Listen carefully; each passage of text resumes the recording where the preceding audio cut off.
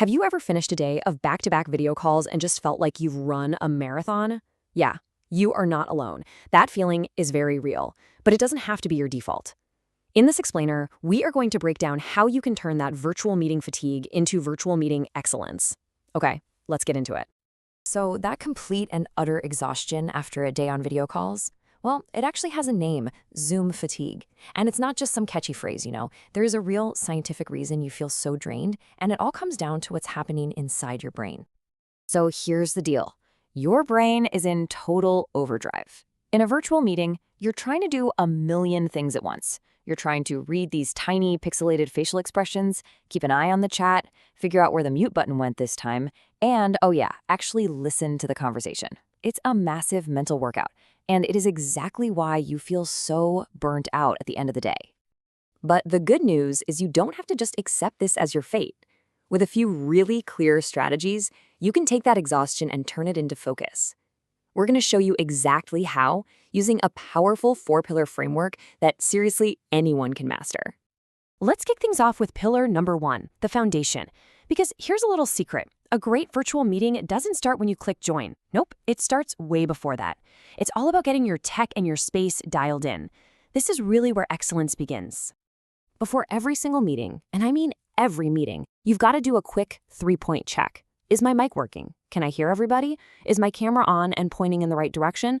This simple little habit, it takes maybe 10 seconds, and it can save you and everyone else from that awkward, "Can you hear me now?" dance.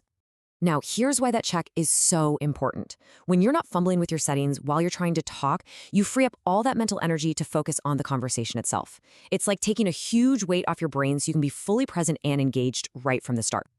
And please don't forget your environment. Finding a quiet spot, maybe using some noise-canceling headphones, it makes a world of difference. And here's a big one. Silence your notifications.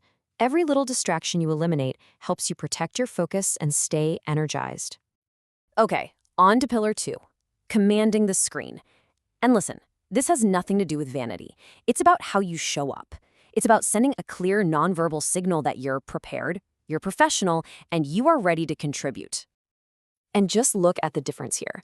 On the left, you've got all the classic mistakes. The camera looking right up your nose, that distracting shadow because the light's behind you. But on the right, so much better. The camera's at eye level, the light's in front, and the background is clean.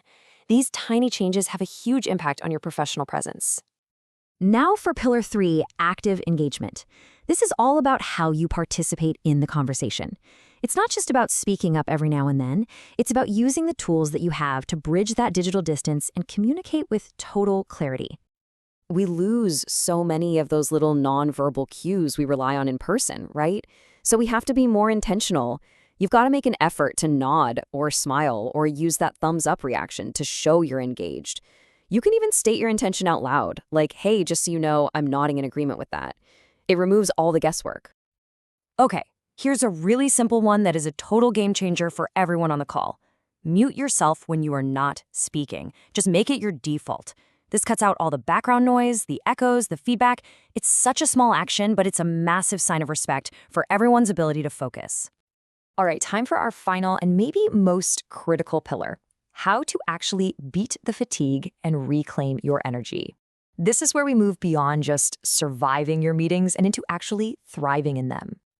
So what is one of the biggest, sneakiest energy drains in a virtual meeting?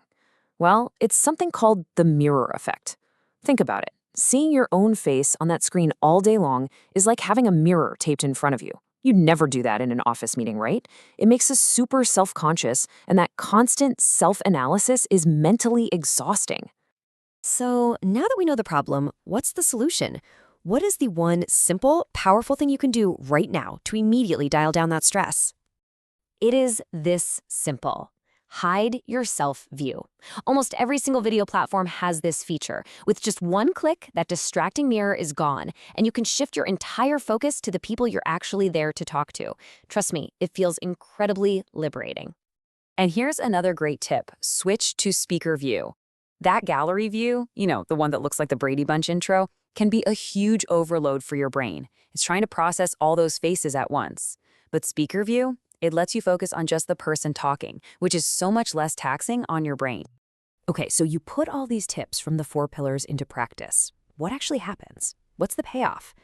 Well, it's helpful to think of this less as a bunch of annoying rules and more as an investment in your own energy and your team's success.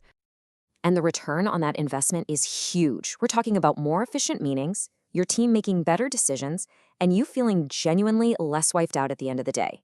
And maybe best of all, you actually build stronger, more real connections with your colleagues. And remember, this is an ongoing practice. It's not one and done. After a meeting, just take a second to think, what went well? What's one little thing I could improve next time? And don't be afraid to ask for feedback. This is how we all get better at this, together. So, I'll leave you with this question to really think about. In your very next virtual meeting, how are you going to show up? The power to make your virtual world more effective, more engaging, and honestly, way more enjoyable is completely in your hands. Thanks for joining this explainer.